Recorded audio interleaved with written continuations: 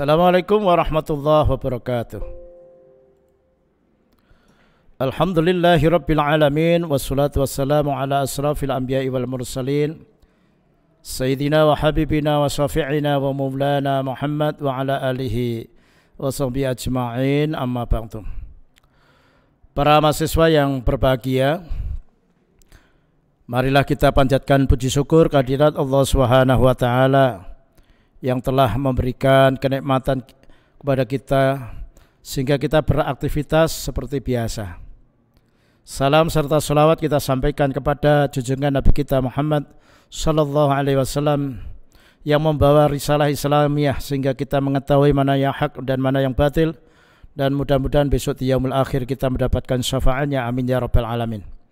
Para mahasiswa yang berbahagia, kajian kita pada kesempatan kali ini adalah tentang ilmu pengetahuan, teknologi, dan seni dalam Islam, atau konsep Islam, konsep iptek di dalam Islam. Sekarang apa definisi dari ilmu pengetahuan atau yang disebut sains ini apa ini? Adalah segala sesuatu yang diketahui manusia melalui tangkapan panca indera, intuisi, firasat, atau lain sebagainya. Atau yang disebut ilmu pengetahuan disebut sains. Ini ada diklasifikasikan dan lain sebagainya. Sedangkan teknologi adalah metode ilmiah untuk mencapai tujuan praktis, keseluruhan sarana untuk menyediakan barang-barang yang diperlukan bagi kelangsungan dan kenyamanan hidup manusia. Sedangkan seni adalah hasil ungkapan akal dan budi manusia yang bernilai suatu keindahan. Oke, jadi pembahasan kita ada 3, yaitu sains, teknologi, dan seni. Ya, oke. Para mahasiswa yang berbahagia, sekarang dari iptek dulu, dari pandangan Islam. Ya, oke. Dari ilmu pengetahuan dan iptek itu kira-kira bagaimana? Ini Anda baca aja ya, saya akan menjelaskan dari sisi penjelasan ini atau sisi dari definisi ini.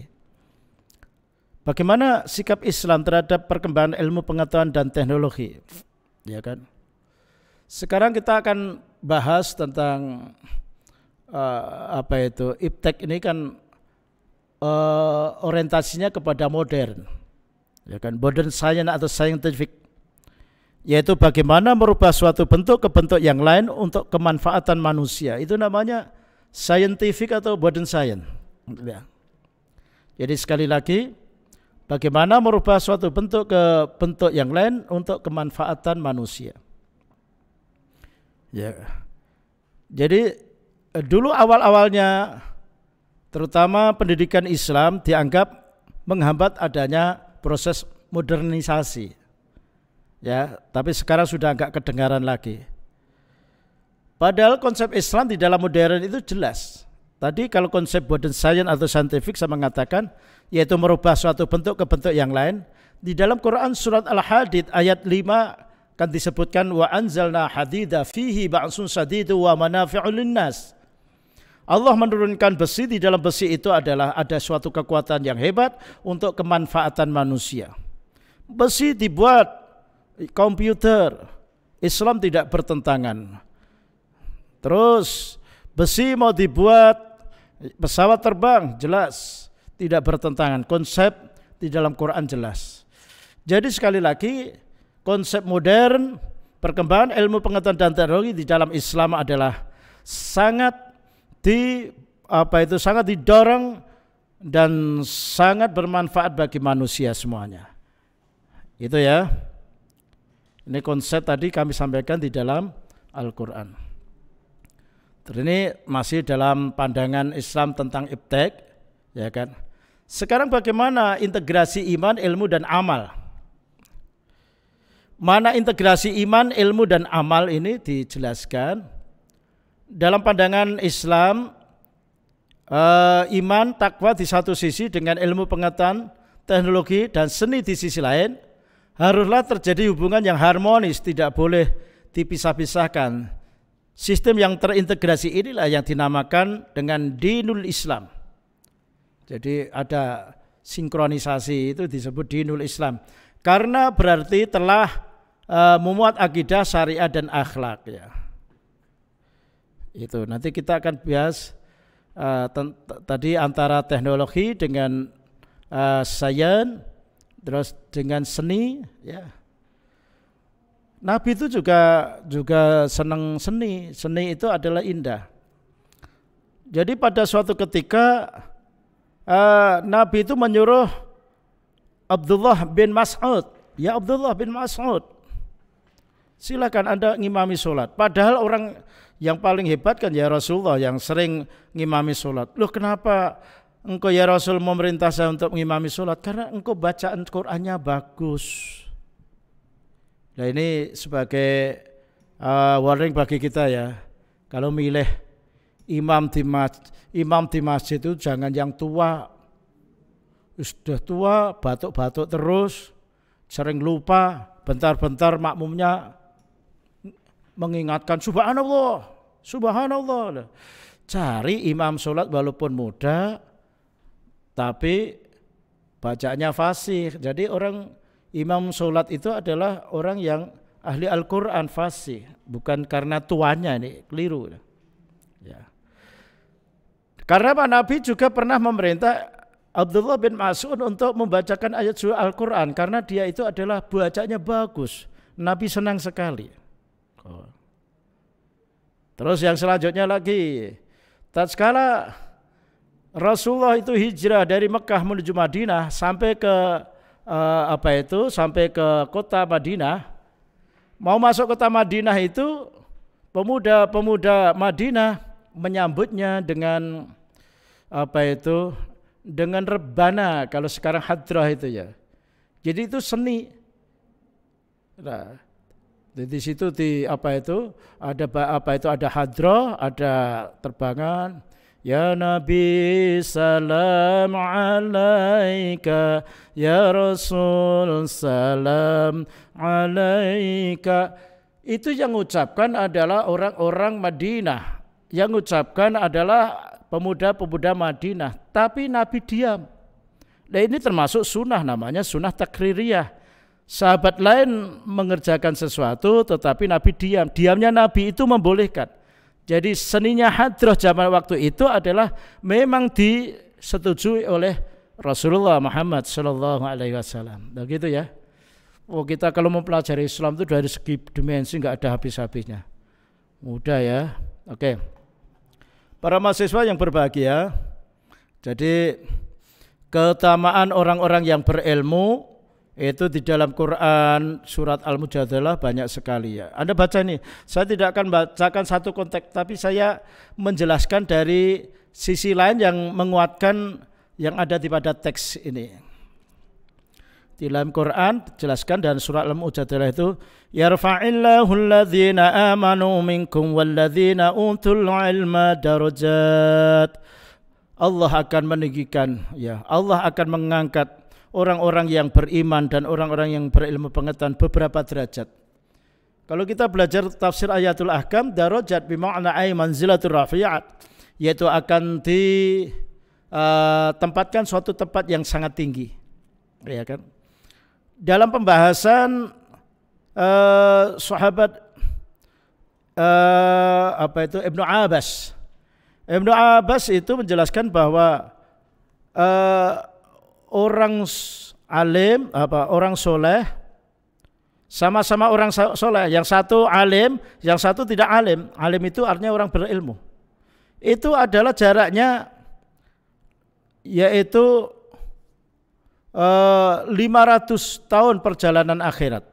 Wah, jauh sekali ya. Ini derajat satu, maaf ya. Derajat antara orang sama-sama orang soleh, tapi yang satu alim dan tidak, itu derajatnya 700, maaf ya, 700 derajat. Ini Ibnu Mas'ud, Ibnu Abbas. Nah derajat satu ke satu itu adalah, itu diukur 500 perjalanan dunia. Maaf, tadi kalau saya mengatakan akhirat diralat.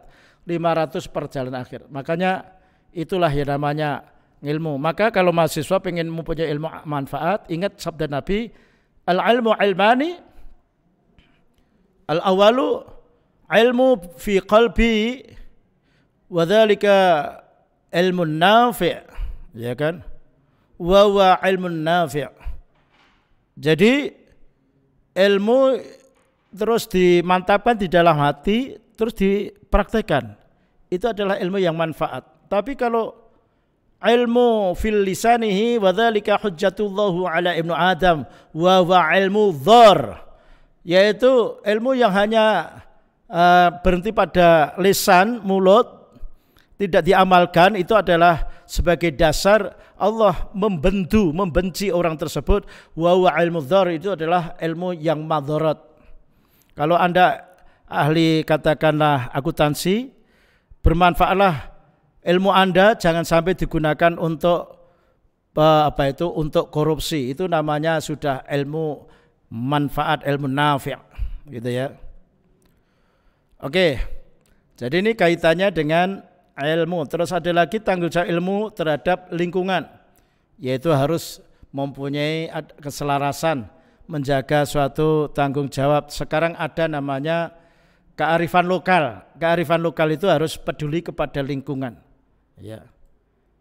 Terus berikutnya lagi, ini ada ayat yang kaitannya dengan yaitu peristiwa Thalid rajamu itu, yaitu kalau dikaitkan dengan tanggung jawab ilmu terhadap lingkungan adalah sangat selaras, diperjelas dengan ayat tadi.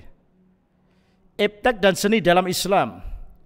Tadi sudah kami sampaikan, iptek, ilmu pengetahuan dan teknologi.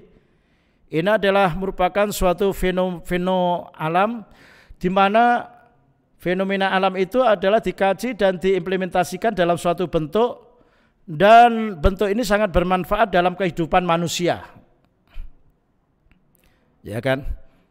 Kalau dulu orang haji adalah naik unta. Ya, naik unta. Tapi dengan teknologi yang canggih sekarang orang haji naik pesawat. Jadi kalau ada orang mengatakan haji harus sesuai dengan Nabi, ya kalau sesuai dengan Nabi ya silakan dari Indonesia naik unta. Nanti sampai Merak sana untanya nggak mau berenang ya balik lagi, nggak sampai. Jadi dalam hal ini yang namanya yang namanya teknologi itu adalah hakikatnya menunjang dalam orang beribadah, itu boleh menggunakan dalil apa ya, dalil seperti tadi aja udah bisa ya. Antum a'lamu fi umuri dunyakum, yaitu kamu lebih tahu tentang urusan duniamu, iptek dan sebagainya. Apalagi kalau untuk menunjang amal ibadah kita, itu adalah sangat dibolehkan sekali. Bagaimana belajar tentang astronomi, matematika, fisika, kimia, ya kan? Sekarang era digital, ya itu adalah komponen dari ayat kauniyah. Kan ayat Al-Quran itu ada ayat qauliyah, ada ayat kauniyah. Qauliyah itu yang tercantum di dalam Al-Quran, kauniyah itu adalah tentang fenomena alam ini, gitu ya, jelas. Ini terus berikutnya lagi, mengintegrasikan seni, ini adalah harus seimbang antara satu dengan yang lain, ya. Oke, di sini ada juga keutamaan orang yang berilmu, tadi sudah kami singgung juga. Jadi sekali lagi, kalau seni dipandang dari agama Islam adalah pada hakikatnya diperbolehkan, karena Nabi pun juga demikian. Asalkan seni itu adalah tidak menjurus kepada suatu kemaksiatan, gitu ya. Kalau kaitannya dengan kepuasan batin, boleh-boleh aja ya. Seperti saya lebih senang mendengarkan lagu-lagu kenangan, lagu-lagu zaman dulu, itu rasanya seneng gitu ya kan. Karaoke boleh ya kan. Ya walaupun ada 1-2 ulama mengatakan bahwa yang diperbolehkan hanya rebana saja, yang lain haram.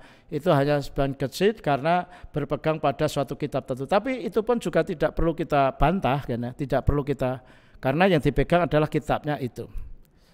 Oke, jadi kalau belajar hukum itu sekarang tidak hanya belajar hukum itu tidak hanya orientasi pada halal dan haram.